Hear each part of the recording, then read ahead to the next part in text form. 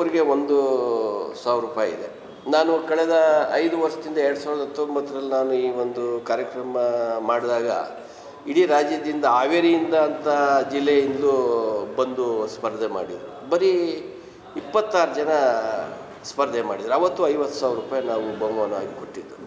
ಆ ಭಾಗವಹಿಸ್ತಕ್ಕಂಥ ಎಲ್ಲ ಅಭ್ಯರ್ಥಿಗಳಿಗೂ ನಾವು ಒಂದು ಪ್ರಶಂಸನಾ ಪತ್ರವನ್ನು ಸಹ ಕೊಡ್ತೀವಿ. ಬಂದಂಥ ಎಲ್ಲ ಅತಿಥಿಗಳು ಒಂದು ಊಟೋಪಚಾರವನ್ನು ಸಹ ಮಾಡ್ತೀವಿ.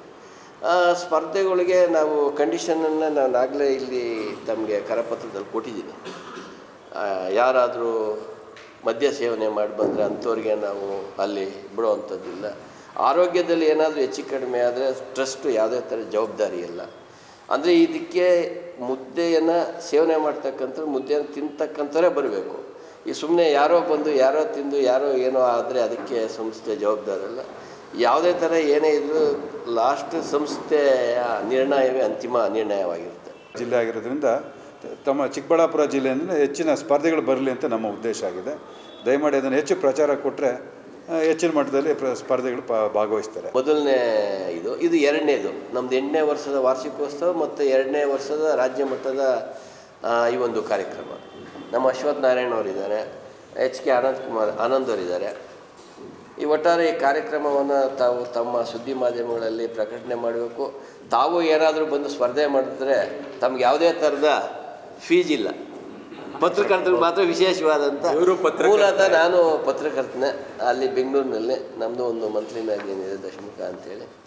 ಹಾಗಾಗಿ ತಮ್ಮೆಲ್ಲರ ಒಂದು ಸಪೋರ್ಟು, ತಮ್ಮೆಲ್ಲರ ಒಂದು ಪ್ರೋತ್ಸಾಹ ಈ ರಾಗಿ ಬಗ್ಗೆ, ಈ ರಾಜಕಾರಣಿಗಳ ಬಗ್ಗೆ ಅದ್ರ ಬಗ್ಗೆ ಬೇಕಾದಷ್ಟು ಬಿಂಬಿಸ್ತಾ ಇರ್ತೀವಿ ನಾವು ನೀವೆಲ್ಲ. ಈ ರೈತರಿಗೂ ಒಂದು ಉತ್ತೇಜನ ಕೊಡ್ತಕ್ಕಂಥ ಒಂದು ಕಾರ್ಯಕ್ರಮ. ಹಾಗಾಗಿ ತಾವೆಲ್ಲ ಈ ಒಂದು ಸುದ್ದಿ ಪ್ರಸಾರವನ್ನು ಮಾಡಬೇಕು. ತಾವು ದಯಮಾಡಿ ಕಾರ್ಯಕ್ರಮಕ್ಕೆ ಆಗಮಿಸಬೇಕು ಅಂತೇಳಿ, ಅತಿಥಿಗಳಾಗಿ ಭಾಗವಹಿಸಬೇಕು ಅಂತೇಳಿ ಕೇಳ್ತೀನಿ. ಒಳ್ಳೆಯ ರೈತರು ಬೆಳೀತಕ್ಕಂಥ ಪೌಷ್ಟಿಕ ಆಹಾರ, ಬೀಜ ಬರ್ಗರ್ ಎಲ್ಲ ಪಾಶ್ಚಿಮಾತ್ಯ ದೇಶಗಳು ತಿಂದು ಬದುಕ್ತಕ್ಕಂಥದ್ದು. ಈ ನಮ್ಮ ರೈತಾಪಿ ಜನಗಳಿಗೆ ಅದನ್ನು ತಿಂದು ಬದುಕೋಕ್ಕಾಗಲ್ಲ. ರಾಗಿ ಅಂದರೆ ರಾಮಧಾನ್ಯ, ರಾಮನು ಇಷ್ಟಪಟ್ಟಂಥ ಧಾನ್ಯ ರಾಮಧಾನ್ಯ. ರಾಮಧಾನ್ಯವಾದ ರಾಗಿ ಗಂಜಿ ಕುಡಿ, ರಾಗಿ ಮುದ್ದೆ ತಿಂದು ಆರೋಗ್ಯದಿಂದಿರಿ ಅನ್ನೋ ಒಂದು ದೊಡ್ಡ ಸಂದೇಶದೊಂದಿಗೆ ಈ ಒಂದು ಕಾರ್ಯಕ್ರಮನ ಆಯೋಜನೆ ಮಾಡಿದ್ದೀವಿ. ದಯಮಾಡಿ ತಾವು ಬರಬೇಕು.